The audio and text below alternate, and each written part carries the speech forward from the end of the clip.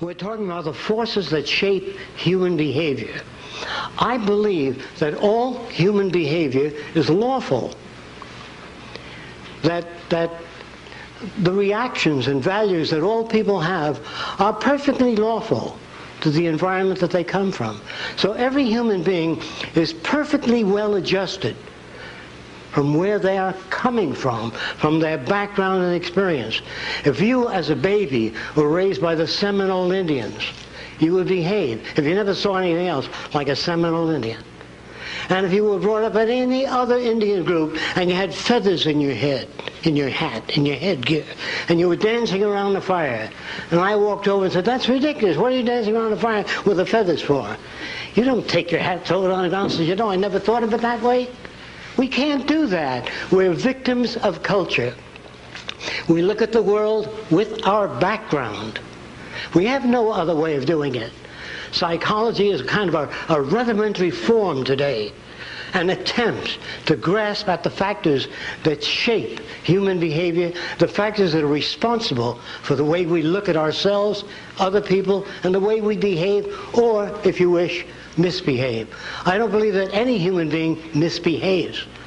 They use whatever tools they know of, whatever tools they're familiar with. How is it that we want our social system to operate? What makes criminal behavior? What are the factors that make a Jeffrey Dahmer?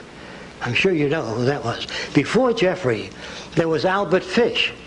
I don't know if any of you remember Albert Fish. Albert Fish was a fine-looking gentleman. He ate 45 children.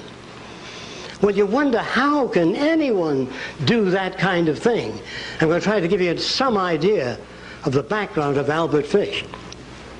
When he was a youngster, about 10 years old, he was touching his private parts.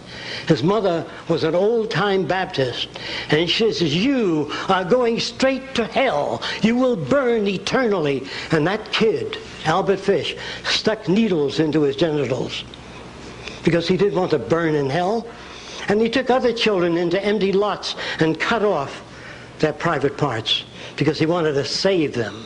If you're brought up in a distorted environment, which we all live in today, any judge that raps the gavel and says 30 years is an ignoramus because he has no idea of the factors that shape human behavior. When you become aware, if you bring up a healthy boy with about 6 women, and one of the girls says, "Oh, did I see a gorgeous hat?" That boy will pick up the same mannerisms, same facial expressions, and say, "Oh, I just love that hat." Because if that's the environment, and you're brought up in Italy, you say, "Hey, what's the matter? You like or you don't like?" In other words, it depends on where you're brought up. Did you know that Lincoln was Irish? It depends on your group and the values that you exchange. Just before the public library in the United States, people said, "Well, you can't really do that. The people never bring back the books. They'll keep them. They won't return them." Of course, all that was incorrect.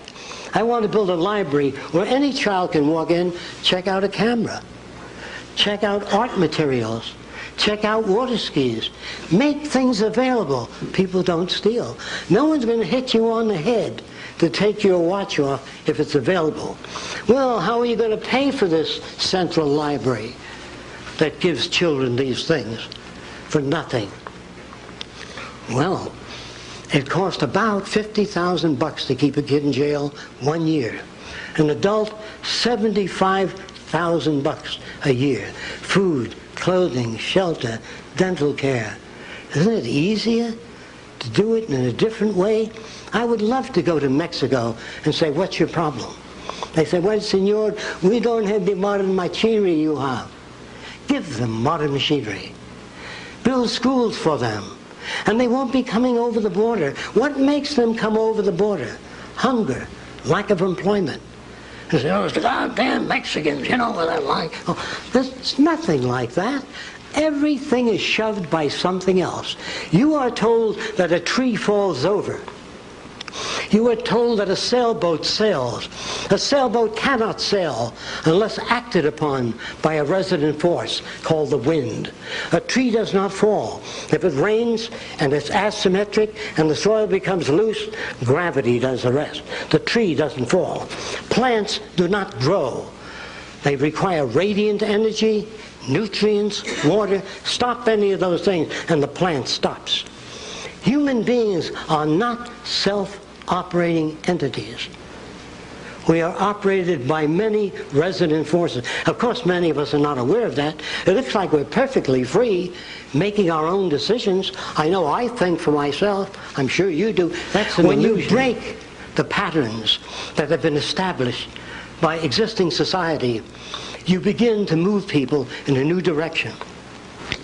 Now, a psychologist in one session said that, well, I know two children that came from the same environment, and if environment is everything, one turned out to be a gangster, the other a minister. If environment is everything, how do you get those differences? The minute you pick up one child and start playing with it, and the other stands there with that lip out, you're making jealousy and envy. There's no such thing as the same environment. So when I pick up my little girl, I pick up my older little boy. You never work with one child. Why can't you keep your area clean? Your brother does all the time. You leave all your things around. Well, when he trips and falls down the stairs, his brother smiles. An inhibited smile, of course. But he does smile. So we build these artificialities in the world we live in today. I find your views about the future interesting, but how do you account for human nature? How do I account for what? Human nature. Human nature. Human nature is the way people have found other people to behave over many long years. They appear to manifest greed, jealousy, envy, even animals. If you take a cat and put it on your lap in the presence of the dog may growl. And a psychologist, that's what I mean by the nature of the beast. So I said, come on down to my lab in about a week. So I picked up my cat, put it on my lap, and the dog's tail starts wagging. Because you reinforce the dog before you pick up the cat and put it. The cat is a threat to the dog's security. The dog wants you to pet it, not the cat. So you give the dog these ambivalent feelings. But you can have 15 kids in the room without jealousy, without envy. It is not human nature. It's human behavior that's shaped by culture. If, like I said, if you were brought up in China years ago, you'd walk with your hands in your sleeves and shuffle and wear a long pigtail. And so, well, that's human nature. That's not. That's the influence of environment on your behavior. Dancing is the same thing. Dances change over a period of time. Music changes over time. So there is really no human nature. Think about it. Toss it around. There is varying degrees of human behavior. If we wish to understand the factors that generate our value system, that generate the way we look at the world, we have to go back in time and study these things.